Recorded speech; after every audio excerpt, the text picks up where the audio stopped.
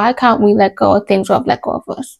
Welcome back to my first episode of Diary of a Black Woman. Number one reason why we struggle to let go of what let go of us is because we don't think that there's anything better out there for us. We're so stuck on that person, that thing, the opportunity that we don't think we'll find anything better. So we stay in situations that are not helping us, that are making us feel unsafe because we think there's better out there for us. But there is something better for you. You have to change your mindset. And that only comes when you're able to let go and move on. Because if you're consistently in a situation where it's not serving you, and cause something better is not going to come along because you're still in that position. But if you remove yourself from that occasion, that is when things start to change. Because what it comes down to is really just a lack of self-respect for our nervous system, our self-regulation. Because why do we countlessly put ourselves in positions where our nervous system is not able to regulate, but we're having anxiety, where we're waking up with pits in our stomach? That is a lack of respect for our nervous system, because if someone lets you go and you're continuing to fight it, you're continuing to try and push through, you're gonna cause yourself so much unnecessary stress. It's always better to leave and let go. When that person's let go of you, don't try and fight it, don't try and stay, because at the end of the day, if someone's let go of you, that is your win. I think sometimes when we think that someone's letting us go, or we missed out on an opportunity, that no means that we're being rejected. That no is not a rejection. That no is a better yes. You need to change your mindset to think, you know what, a no is actually a better yes to me. That means there's something better out there for me. There's better people, better opportunities.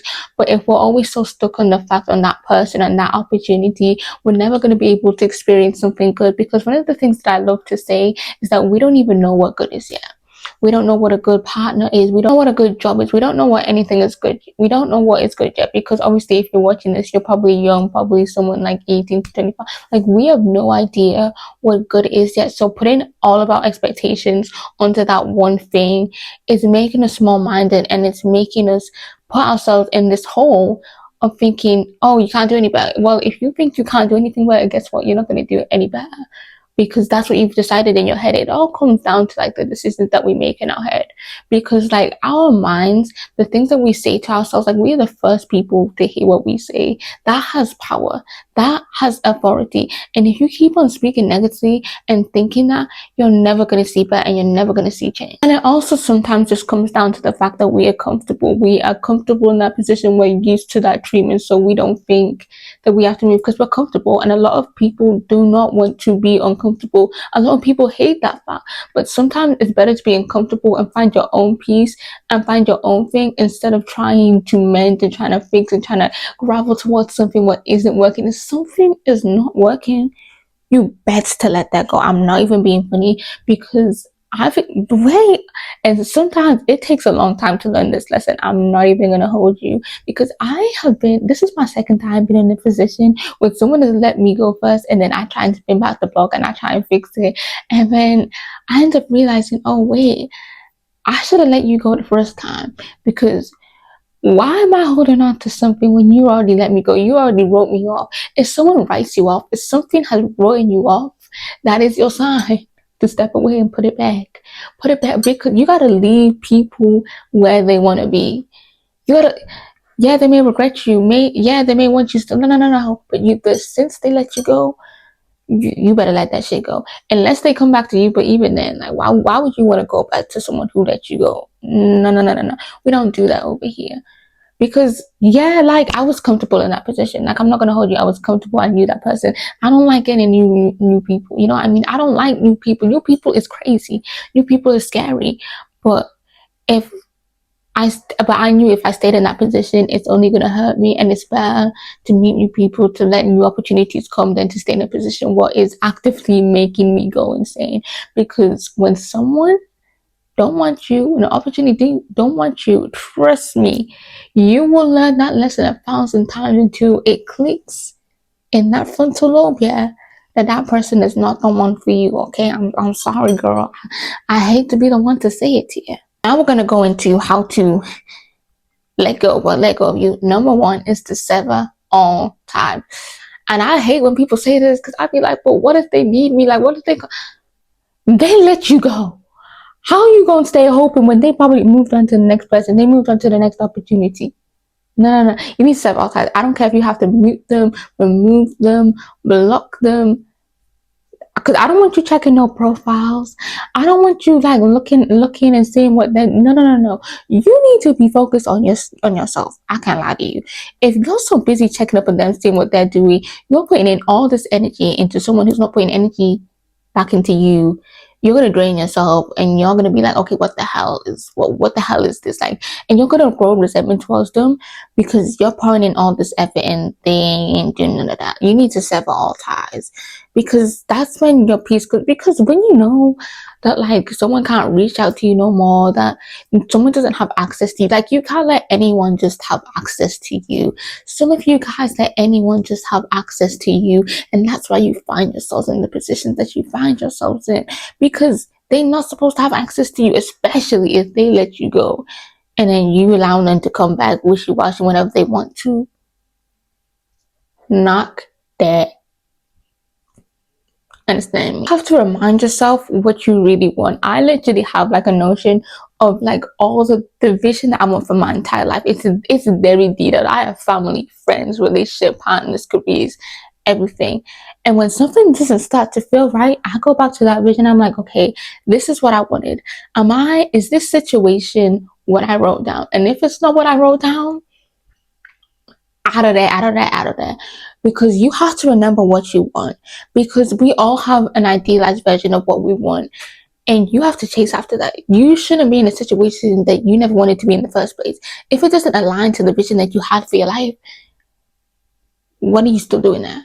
What are you still doing there? If it doesn't align with what you want, you've got to go. Because anything what does not align with what you want is just keeping you back from what you truly want. So if you keep on staying in a position what is not aligning with what you want, you're just prolonging the time to get what you truly want. Favorite is to just pour into yourself. Get back to those hobbies. Get back to that career.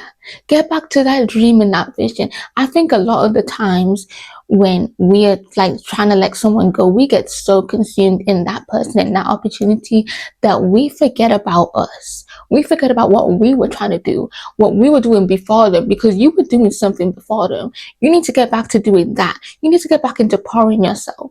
And the number one thing that I do to pour into myself, it's doing hobbies. It's looking after myself, eating well, eating clean, journaling, praying, listening to sermons, listening to things that stimulate your mind. Like, you gotta pour into yourself, because at the end of the day, this is our body, this is our mind. You have to protect that. You cannot just let anything come up in here. Pour into yourself, because when you pour into yourself, when you start doing your own thing, you're not concerned about what other people are doing. You're not concerned. You don't care about what they're doing. You're concerned about what you're doing. You're concerned about how you're gonna get that job, how you're gonna make that money, how you're gonna be there with that friend, how you're gonna go there. And soon you will stop even like considering them. You stop even thinking like, oh wait, I haven't even thought about you in a while. I've just been so busy. Do you know how amazing it is to like just be so busy, like doing what you want to do, focusing on you, that you don't even realize that you haven't thought about that person or that thing in a long time? That is such a beautiful thing, because it shows that you never really needed them. What you needed was yourself. What you needed was to pour back into yourself. Okay, take back all that energy that you gave to them and pour it right back up into here. Because at the end of the day, you gonna die alone. We sleep alone, you gonna die alone. So you might as well pour into yourself, because one thing you have to remember is that your first responsibility is to yourself. Also just goes on to my point of like self-regulation, being able to regulate your nervous system, because waking up every day with anxiety and a pain in your stomach is not fun. I've done that for like a year, hated it so much, never going back. I'm so sorry, can't do that. And the way to self-regulate is to honestly just remove yourself out of the situation. Like I said before, journal, pray, read your Bible, pour into yourself. You cannot like having a peaceful nervous system is such a blessing. Like, you don't realize how much of a blessing it is until you literally are waking up with anxiety every single day. Like, you got to learn to regulate your nervous system. You got to learn to be able to reprogram your mind to say, you know what, even though I wanted you so bad, I'm gonna let you go, because I know that there's better out there for me. Once you release yourself, you need to release yourself from that shackle that you put in them. Every time when I'm trying to let something go, I say, you know what, I release my time on you, because in this world, nothing belongs to you. You have to remember, nothing belongs to you in this world. Nothing is ours in this world. Everything is everyone's taking. You know what I mean? So you gotta learn, you know what, it didn't work out. It's better out there for me. And I'm gonna be real and tell you something that people are not gonna tell you. It takes time. You're gonna go back, you're gonna fall, you're gonna slip, you're gonna get into those depressive episodes. But when you feel like that, I want you to literally go and journal out everything. And I want you to journal everything that you want. And then realize, you know what? And once you realize that that's not even what you want, you're gonna stop worrying and you're gonna stop having anxiety, because you know what? This is not even what I want. So why am I concerning myself with something what I do not want? Why am I stressing myself out for something that I don't even want? So guys, this is the first episode of Diary of a Black Woman. If you don't know, my Diary of a Black Woman started on TikTok. I just short form content on there, and you get to see my face literally like 4 times a day on there. So I feel like you should go, you know, and subscribe to follow me on that. I will link it down below.